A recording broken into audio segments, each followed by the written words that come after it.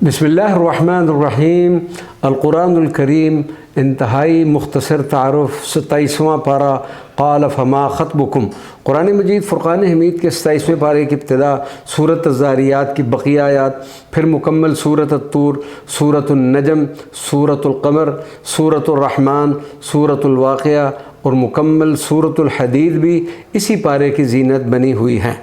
سورۃ ذاریات کی بقیہ آیات کے اہم مضامین: 4 قسم کی مخلوق کی قسم، مومنین کی صفات کا ذکر، حضرت ابراہیم علیہ السلام کا قصہ، مختلف قوموں کے انجام اور تخلیق باری تعالیٰ کی اقسام۔ اس کے بعد سورۃ الطور کی ابتدا ہوتی ہے۔ سورۃ الطور مکہ مکرمہ میں نازل ہوئی۔ طور ایک پہاڑ کا نام ہے جو ملک مصر میں موجود ہے۔ اس سورت کی ابتدا میں اللہ تبارک تعالیٰ نے اس پہاڑ کی قسم ارشاد فرمائی ہے۔ اس مناسبت سے اس کا نام سورۃ الطور رکھا گیا ہے۔ اس سورہ مبارکہ کی ابتدا میں اللہ تعالیٰ نے 5 چیزوں کی قسم ذکر کر کے ارشاد فرمایا کہ کفار کو جس عذاب کی وعید سنائی گئی ہے وہ قیامت کے دن ان پر ضرور واقع ہوگا۔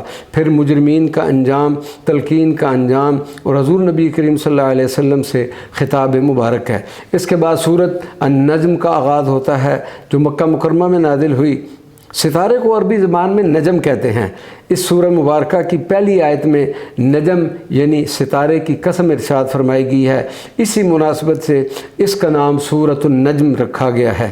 اس سورہ مبارکہ میں جو اہم مضامین بیان ہوئے ان میں ستارے کی قسم کی حکمت، حضور نبی کریم صلی اللہ علیہ وسلم کا جبریل امین کو دیکھنا اور مشرکین کے غلط عقیدے کی تردید کی گئی ہے۔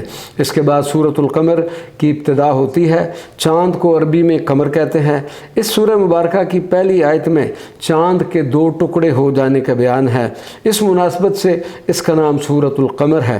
ابتدائی سورت میں اللہ تبارک تعالیٰ نے ارشاد فرمایا کہ قیامت قریب آ گئی، اقتربت الساعۃ وانشق القمر، اور چاند 2 ٹکڑے ہو گیا۔ شق القمر یعنی چاند کے 2 ٹکڑے ہونے کا یہ ہمارے آقا صلی اللہ علیہ وسلم کا مشہور معجزہ مبارکہ ہے۔ اس کے علاوہ اس میں قوم نوح پر طوفان کا ذکر اور مجرمین و متقین کے انجام بارے بیان کیا گیا ہے۔ اس کے بعد سورۃ الرحمن کی ابتدا ہوتی ہے۔ سورۃ الرحمن مکی صورت ہے۔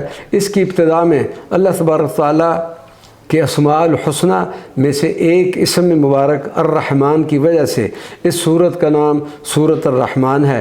نبی اکرم صلی اللہ علیہ وسلم کا ارشاد مبارک ہے، ہر چیز کی ایک زینت ہے اور قرآن کریم کی زینت سورۃ الرحمن ہے۔ ابتدا سورت میں اللہ تبارک تعالیٰ نے اپنی عظیم نعمتوں جیسے قرآن کریم کو نازل کرنے، سرکار دو عالم صلی اللہ علیہ وسلم کو اس کی تعلیم دینے اور آپ صلی اللہ علیہ وسلم کو دنیا و آخرت کی تمام چیزوں کی تعلیم دینے کا ذکر فرمایا گیا ہے۔ اس کے بعد جن و انس سے خطاب اور کل من علیہا فان کہ ہر چیز فنا ہو جائے گی۔ اس کے بعد سورہ واقعہ کی ابتدا ہوتی ہے۔ الواقعہ قیامت کا ایک نام ہے اور اس سورت کی پہلی آیت میں لفظ الواقعہ کی مناسبت سے اس سورت کا نام الواقعہ ہے۔ حضور نبی کریم صلی اللہ علیہ وسلم نے ارشاد فرمایا کہ جو شخص روزانہ رات کے وقت سورہ واقعہ کی تلاوت کرے گا تو وہ ساری زندگی فاقہ سے ہمیشہ محفوظ رہے گا۔ لم تصبہ فاقۃ۔ اس سورہ مبارکہ میں قیامت کی ہولناکی کا بیان، گروہوں کا بیان، اہل جنت کے انعامات، اہل جہنم کے عذاب کا ذکر اور اللہ تبارک و تعالیٰ کی 4 عظیم نعمتوں کا تذکرہ موجود ہے۔ اس کے بعد سورۃ الحدید کی ابتدا ہوتی ہے۔ لوہے کو عربی زبان میں حدید کہتے ہیں۔ اس سورت کی ایک آیت میں لوہے کے فوائد بیان کیے گئے ہیں۔ اس مناسبت سے اس سورت کا نام سورۃ الحدید رکھا گیا ہے۔ اس کے جو اہم مضامین بیان ہوئے ہیں وہ کچھ اس طرح سے ہیں۔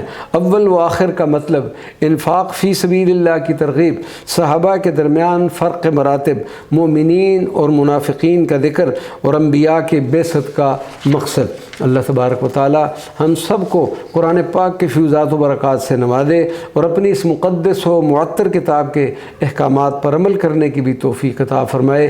آمین یا رب العالمین، بجاہ سید المرسلین صلی اللہ علیہ وآلہ وصحبہ اجمعین، وما علینا الا البلاغ المبین۔